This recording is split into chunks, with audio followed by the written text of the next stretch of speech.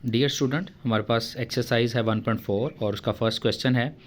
और इस first question में हमें जस्ट ये बताना है कि कौन से दो मैट्रिक्स आपस में मल्टीप्लाई हो सकते हैं और कौन से नहीं।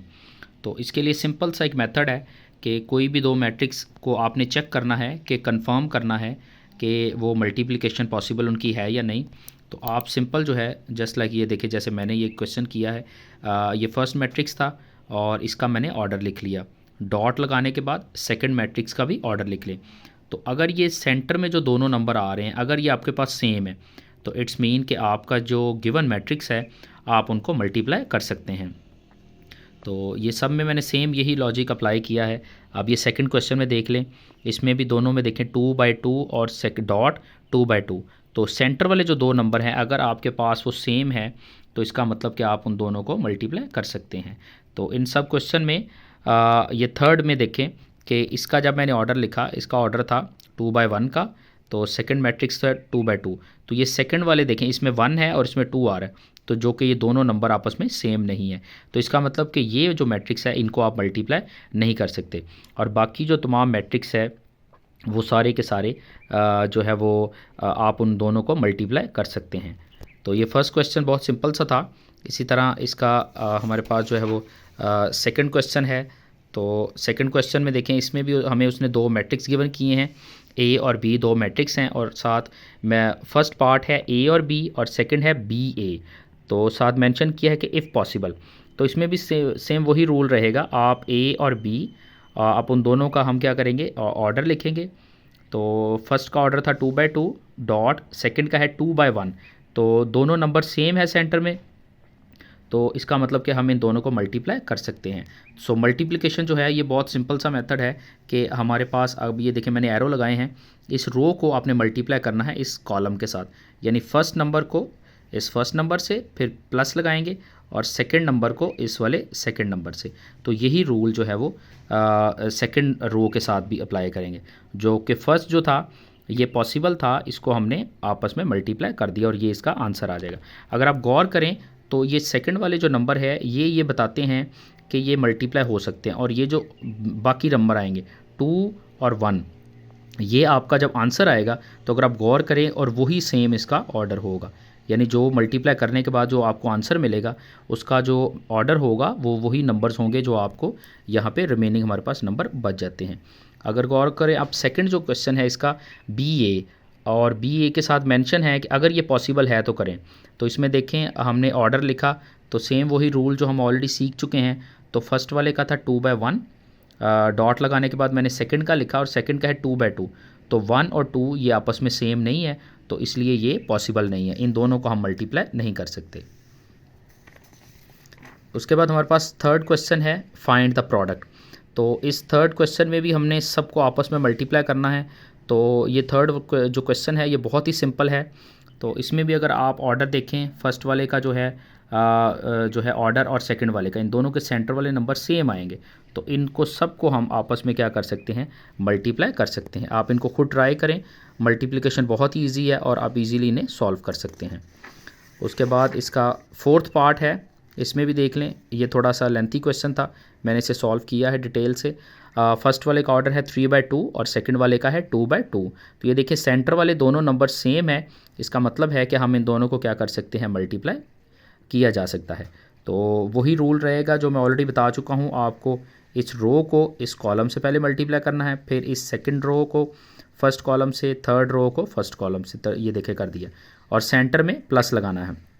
उसके बाद यही फर्स्ट रो को हम मल्टीप्लाई करेंगे सेकंड कॉलम से, और सेकंड रो को सेकंड कॉलम से, फिर थर्ड रो को सेकंड कॉलम से, और इसको सॉल्व करेंगे तो ये हमारे पास इसका आंसर आ जाएगा। ये था जी मल्टीप्लिकेशन वाला। उसके बाद हमारे पास है question number fourth. Question number fourth में भी हमें जो है वो आपस में जो गिवन मैट्रिक्स हैं उन्हें क्या करना है, जो है वो मल्टीप्लाई करना है। तो इसमें भी आप रूल वही रहेगा जो हम ऑलरेडी जो सीख चुके हैं मल्टीप्लिकेशन का। तो आप इसे देखें और इसको खुद ट्राई करने की कोशिश करें।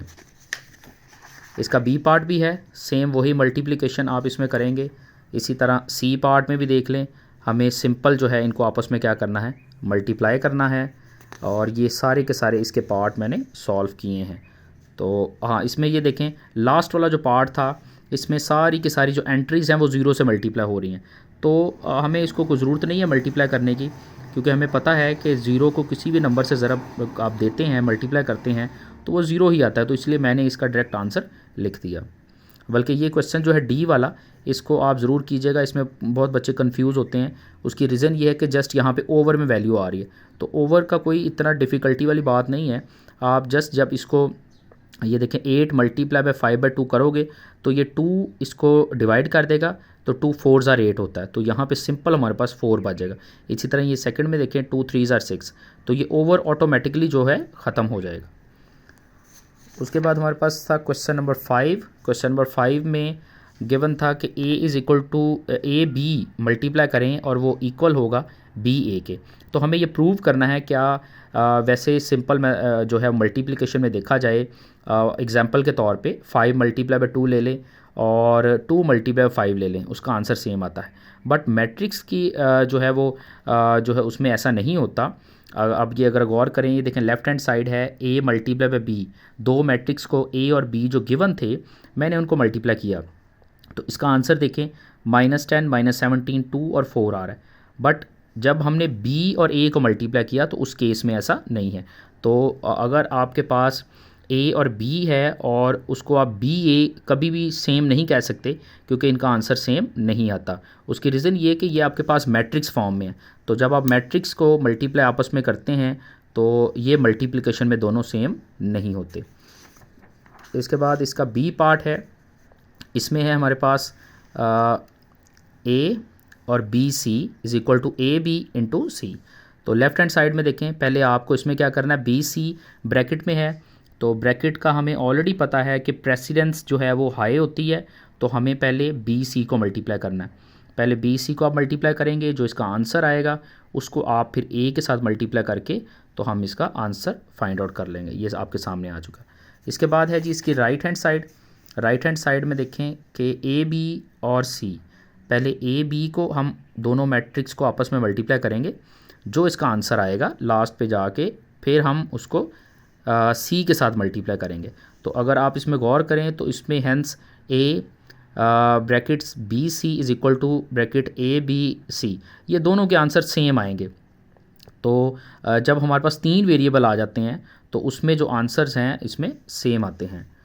तो ये सेकंड क्वेश्चन था। इसके बाद हमारे पास इसका थर्ड एंड फोर्थ पार्ट है और ये दोनों सेम हैं, आप इसको खुद ट्राई करने की कोशिश करें। मैं थोड़ा सा इसको एक्सप्लेन कर देता हूँ।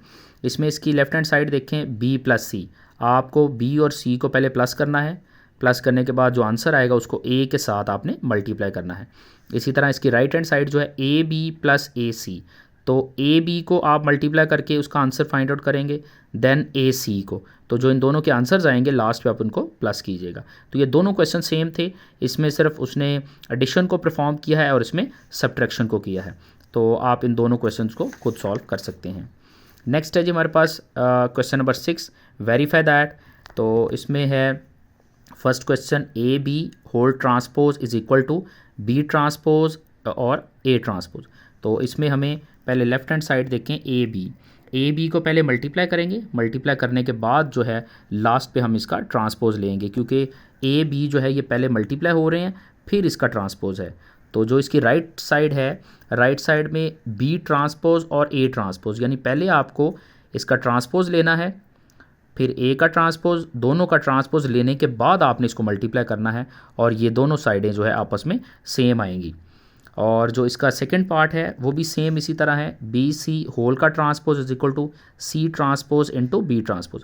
तो आपको बी सी को पहले मल्टीप्लाई करना है, मल्टीप्लाई करने के बाद आपने उसका ट्रांसपोज लेना है, फिर सी का ट्रांसपोज लें, बी का ट्रांसपोज लें और देन उसको मल्टीप्लाई करें। सेम इसी तरह ये क्वेश्चन था।